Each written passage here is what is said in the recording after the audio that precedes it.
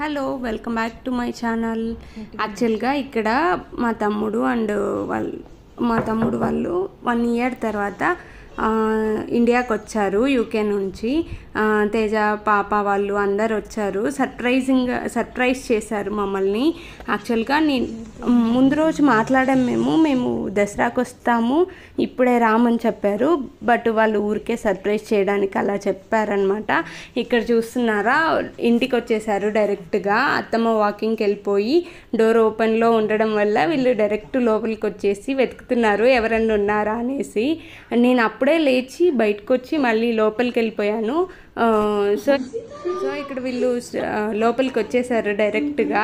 లోపలికి వెళ్ళి చూసి వచ్చారు. ఫస్ట్ ఉత్కర్ షాక్లో ఉన్నాడు. అంటే నిజంగా వచ్చారా లేదా నేను ఏదైనా డ్రీమ్లో ఉన్నానా అనేసి వాడు పిన్ చేయండి ఒకసారి అని అడుగుతున్నాడు అనమాట.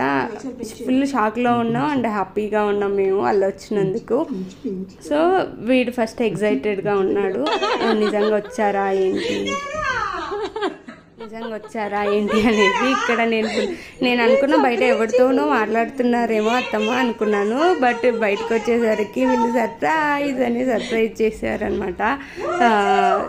సితారా ఫుల్ ఎగ్జైటెడ్గా అత్త సర్ప్రైజ్ అన్నది. ఫుల్ ఎగ్జైటెడ్గా ఉన్నాము.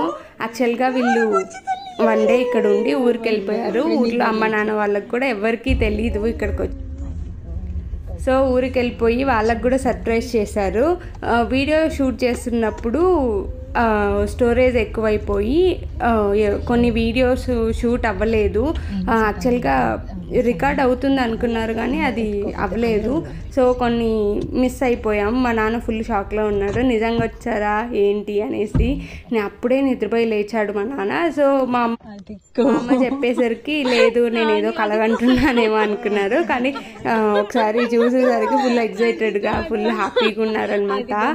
సో వీళ్ళైతే మొత్తానికి ఇలా సర్ప్రైజ్ చేశారు అందరినీ, ఫ్రెండ్స్ని, ఫ్యామిలీస్ని అందరినీ సర్ప్రైజ్ చేశారు.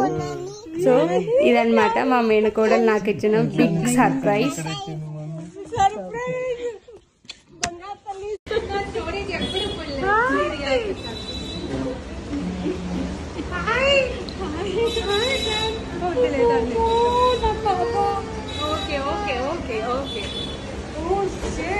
ఆవిడ రాదు, ఎక్కడికి రాదు. ఓకే కొంచెం బయట. Okay 2 minutes.